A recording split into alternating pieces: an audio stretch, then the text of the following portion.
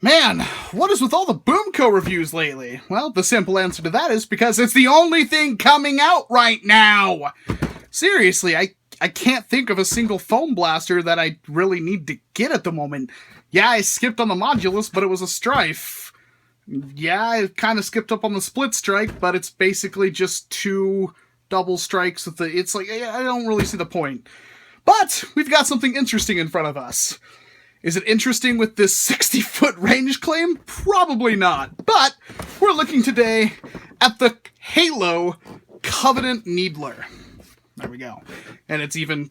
the camera tracking's picking up that kid's face.